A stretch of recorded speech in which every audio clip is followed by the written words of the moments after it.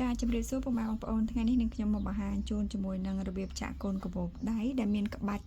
បែបនេះបងប្អូនចាសម្រាប់ក្បាច់នេះស្អាតទេបងប្អូនពេលដែលយើងដាក់ឧទាហរណ៍ថាយើងដាក់នេះខាងក្នុងចេះមកវាចេញឆ្លុះស្អាតណាចាតែគ្រាន់តែសម្រាប់បងប្អូនដែលចង់បានពេញសាច់អីអានឹងតួយើងដាក់តំណប់ចាបងប្អូនដែលបានចូល view វីដេអូមួយនេះកុំភ្លេចជួយ like ជួយ share សម្រាប់បងប្អូនថ្មីដែលមិនទាន់បានជួយ subscribe channel របស់នាងខ្ញុំកុំភ្លេចជួយ subscribe channel របស់នាងខ្ញុំម្នាក់មួយដើម្បីទទួលបាននៅវីដេអូថ្មីទៀតណាចាអញ្ចឹងចង់ដឹងថាម៉ូតកាបូបនេះយើងចាក់របៀបណាដើម្បីទទួលបានជាមួយនឹងក្បាច់ដ៏ស្រស់ស្អាតបែបនេះអញ្ជើញបងប្អូនទៅទស្សនាពីរបៀបចាក់ទាំងអស់គ្នាចានេះជាសម្ភារៈដែលយើងត្រូវមានអំបោះដែលខ្ញុំប្រើនេះគឺជាប្រភេទអំបោះលីឡុងតសៃ1mmមកបងប្អូនចា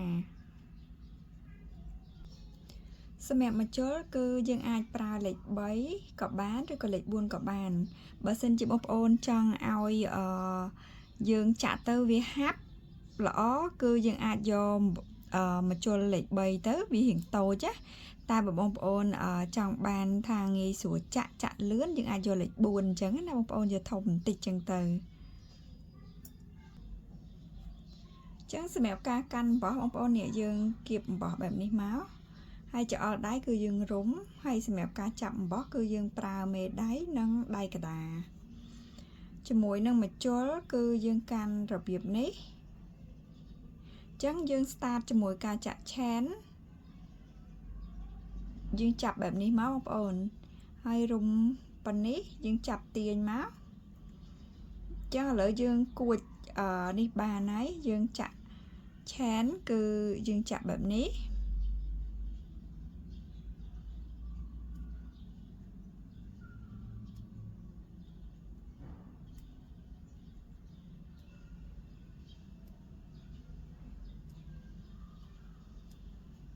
ចាបងប្អូននេះយើងហៅថាការចាក់ឆែន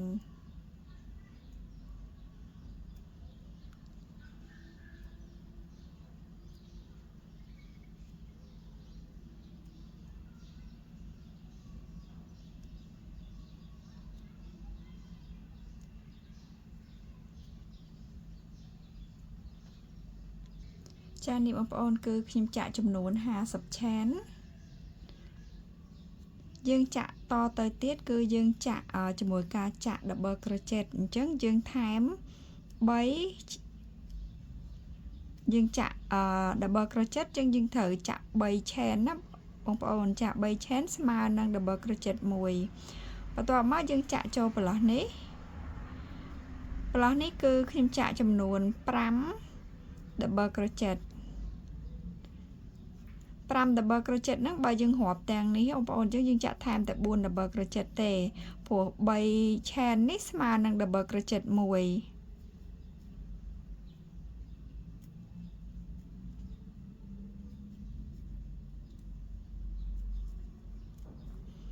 ចានេះបងប្អូននេះគឺខ្ញុំចាក់4 double crochet ហើយនឹងអានេះមួយទៀតអញ្ចឹងវាគិតថាស្មើនឹង5ចាស់អញ្ចឹងគឺយើងចាក់ទៅប្រឡោះបន្ទាប់គឺយើងចាក់មួយប្រឡោះ1 double crochet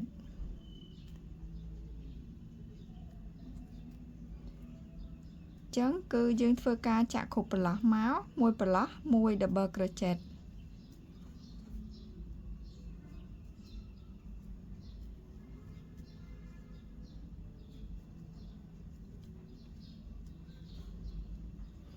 ជាមួយនឹងការចាក់បាតកាបូបគឺយើងត្រូវធ្វើការពង្រីកនៅគៀនហ្នឹងអញ្ចឹងណាបងប្អូននៅចុងអញ្ចឹងណា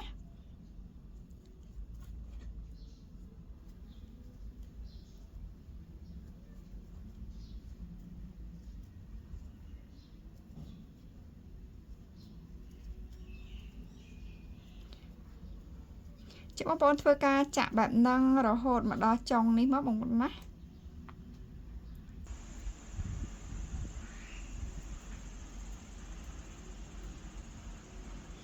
ចាបងប្អូននេះយើងចាក់មកដល់ចុងនេះគឺយើងត្រូវចាក់ពង្រីកដូចនៅចុងមួយចំហៀងទៀតដែរអញ្ចឹងនៅខាងចុងហ្នឹងគឺយើងត្រូវចាក់ចំនួន5 double crochet អញ្ចឹងនេះ1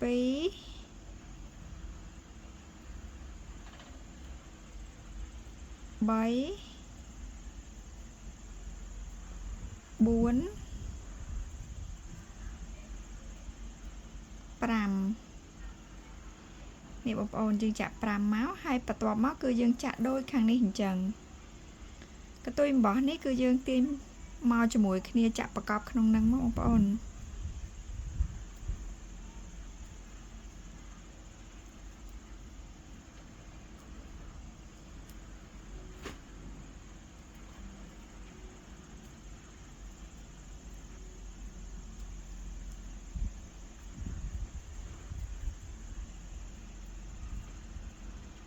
បងប្អូនធ្វើការចាក់មករហូតដល់ចុងនេះមកណាចាបងប្អូនយើងចាក់រហូតមកដល់ចុងហ្នឹងអញ្ចឹងយើងចាក់ដល់ប៉ុណ្ណឹងហើយយើងធ្វើការភ្ជាប់យើងរាប់នេះ1 2 3ហើយយើងធ្វើការភ្ជាប់ slip stick ភ្ជាប់មកហើយយើងឡើងទៅជួរបន្ទាប់អញ្ចឹងនៅកន្លែងខាងក្បាលហ្នឹង5ប្រឡោះហ្នឹងគឺយើងធ្វើការពង្រីកអញ្ចឹងយើងធ្វើការចាក់2 double crochet ក្នុងប្រឡោះមួយបងប្អូនចាអញ្ចឹងក្នុងមួយប្រឡោះគឺខ្ញុំចាក់2 double crochet នេះអញ្ចឹងក្នុងមួយប្រឡោះហ្នឹងយើងចាក់2ដងមកបងប្អូនចានេះចាក់នេះមក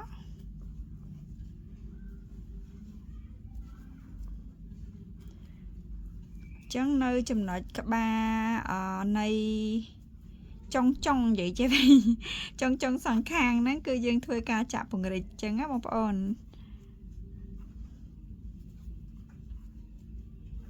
យើងចាក់5ប្រឡោះចុងហ្នឹងមកនេះ1 2 3 4ប្រឡោះហើយនេះមួយប្រឡោះទៀតមកចឹងចុងសងខាងហ្នឹងគឺយើងធ្វើការចាក់5ប្រឡោះដោយមួយប្រឡោះ2 double crochet បានប៉ុណ្ណឹងបងប្អូនផុតពីហ្នឹងមកគឺយើងចាក់មួយប្រឡោះ1 double crochet ធម្មតាចានេះចាក់មួយមកនេះផុតមួយរហូតទៅដល់ខាងចុងទៀតណាបងប្អូនណាចាអញ្ចឹងគឺយើងធ្វើការចាក់បែបហ្នឹងរហូតមកដល់ចុងនេះអញ្ចឹង5ប្រឡោះចុងនេះបងប្អូនចានេះ5ប្រឡោះនេះ1 2 3 4 5ហ្នឹងបានយើងចាក់2ដូចខាងនេះអញ្ចឹងណាបងប្អូនចាក្រៅពីហ្នឹងគឺយើងចាក់មួយធម្មតា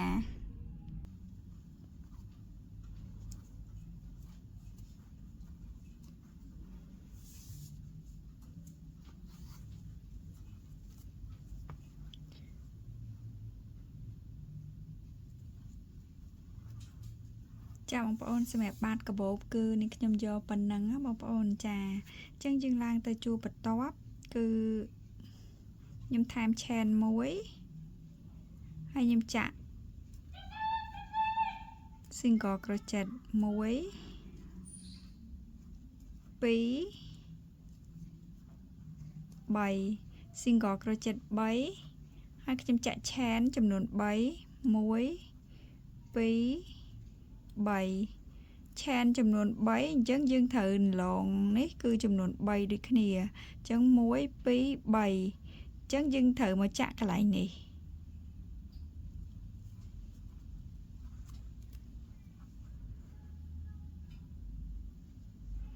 អញ្ចឹងគឺយើងចាក់ single crochet ចំនួន3បន្ទាប់មកយើងចាក់ chain ចំនួន3ទៀតយើងរាប់មក1 2 3អញ្ចឹងយើងមកចាក់ប្រឡោះនេះ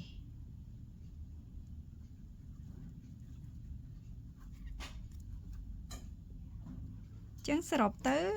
ជួរទី3នេះគឺយើងចាក់3 single crochet យើងចាក់3 chain 1 2 3នេះហើយយើងមកភ្ជាប់ហ្នឹងគឺយើងចាក់3 single crochet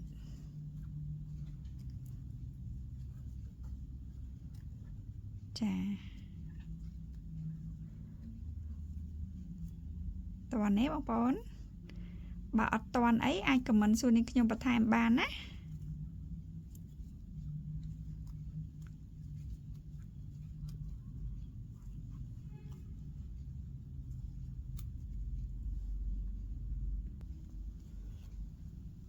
ចាបងប្អូនចាក់មកនេះមកដល់ជុំហ្នឹងគឺយើង slip stick ភ្ជាប់មកហើយយើងត្រូវ slip stick មួយទៀតមកកន្លែងប្រឡោះកដានេះបងប្អូនអានេះក្នុងចំណោម single crochet 3ដែលយើងបានចាក់ហ្នឹងបងប្អូននេះ1 2 3ហ្នឹងយើង slip stick មកកដាមក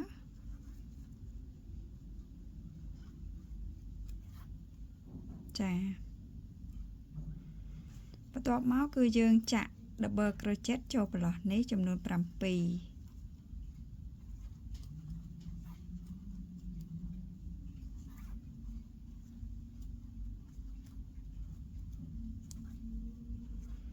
ចាក់ double crochet ចូលប្រឡោះដែលយើងបានទុកចន្លោះហ្នឹងណាចូលក្នុងហ្នឹងចំនួន7 double crochet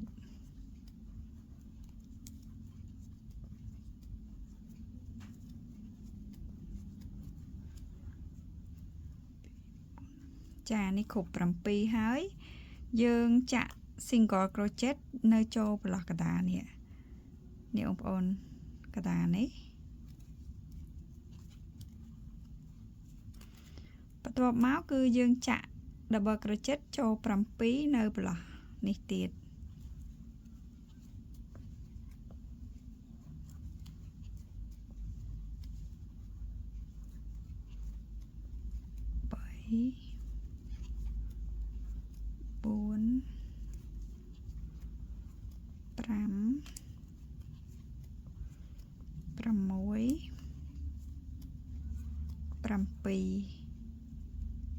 ហើយយើងចាក់ single crochet ចូលកន្លែងនេះមួយនេះបងប្អូនឃើញទេជួរហ្នឹងគឺយើងធ្វើការចាក់បែបហ្នឹងបងប្អូនយើងចាក់តាមប្រឡោះគ្រប់ប្រឡោះទាំងអស់ហ្នឹងណា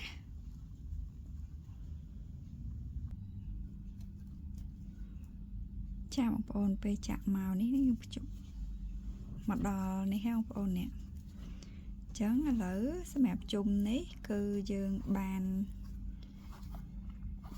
មកដល់ជុំហើយបងប្អូនចឹងសម្រាប់ការឡើងទៅជុំបន្ទាប់នេះយើងជុំទីម៉ានហើយ1 2 3 4ជុំទី5ចឹង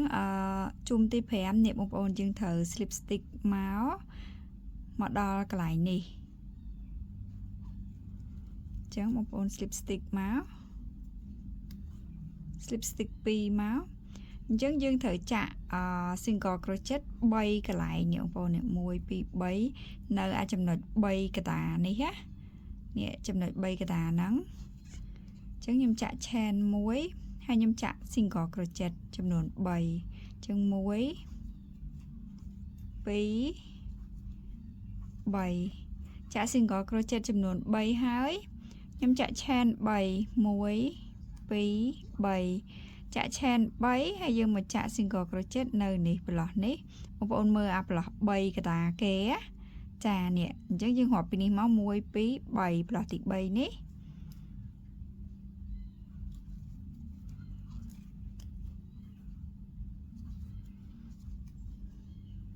ចានេះហើយយើងចាក់ chain ចំនួន3ហើយយើងមកសឡឹងមើលកន្លែងនេះទៀតយើងរាប់ម្លងនេះ1 2អញ្ចឹងប្រឡោះទី3នេះយើងចាក់ single crochet ចូលនឹងចំនួន3អញ្ចឹងជួរនេះជួរនេះវាយើងដូចជួរដំបូងនេះបងប្អូនដូចជួរទី3នេះជួរទី5នេះគឺយើងចាក់ដូចជួរទី3នេះអញ្ចឹងណា chain 3 single crochet 3ហើយ chain 3ហើយ single crochet ចំនួន3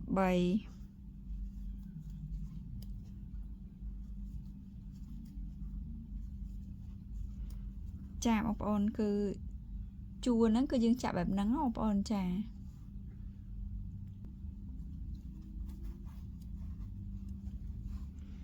បងប្អូននេះយើងចាក់មកឥឡូវមកដល់ជុំនេះយើងធ្វើការភ្ជាប់ អញ្ចឹងជុំបន្ទាប់ទៀតគឺយើងចាក់ដូចជួរនេះចឹងបងប្អូនណាយើង slip stick មកកតាមកហើយយើងធ្វើការចាក់ double crochet ចូលកន្លែងនេះចំនួន7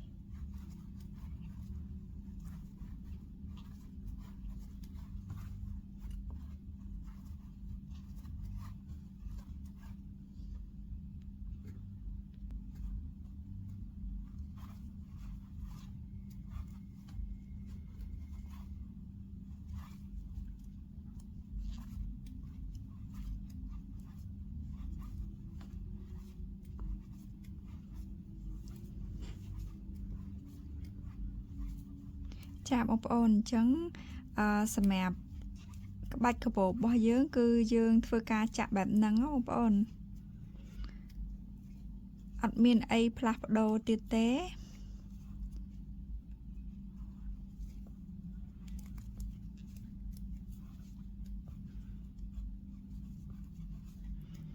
យើងឡើងបន្តទៅមើលយើងចាក់ជួរផ្លិតនេះហើយយើងចាក់ជួរនេះហើយយើងត្រឡប់មកចាក់នេះវិញអញ្ចឹងយើងចាក់បែបហ្នឹងបន្តទៅទៀតទេបងប្អូនណាគឺយើងចាក់ផ្លិតហើយយើងចាក់ជួរនេះហើយយើងចាក់មកចាក់ផ្លិតនេះវិញអញ្ចឹងជួរក្រោយយើងមកចាក់នេះវិញជួរបន្តទៅទៀតយើងចាក់នេះបន្តអញ្ចឹងណាបងប្អូនណាចា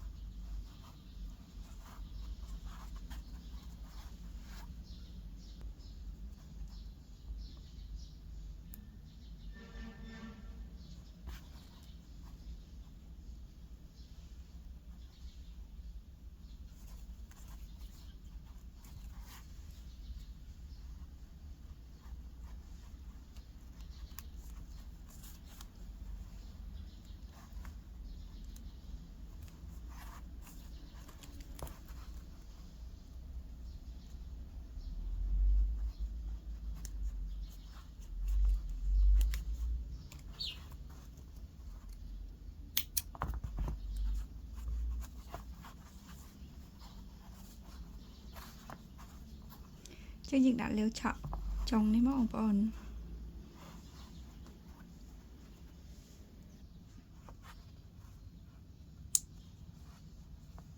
ចឹងកាបូបរបស់យើងគឺរួចរាល់ហើយបងប្អូន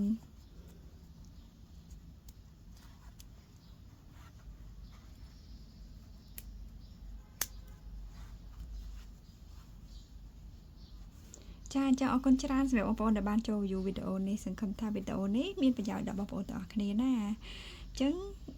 បើសិនជាមានប្រយោជន៍បងប្អូនកុំភ្លេចជួយ like ជួយ share ជួយ comment នៅខាងក្រោមផងហើយបើសិនជាមានចម្ងល់អីក៏ comment សួរបានណាបងប្អូនចាអរគុណជម្រាបលាជួបគ្នានៅវីដេអូក្រោយ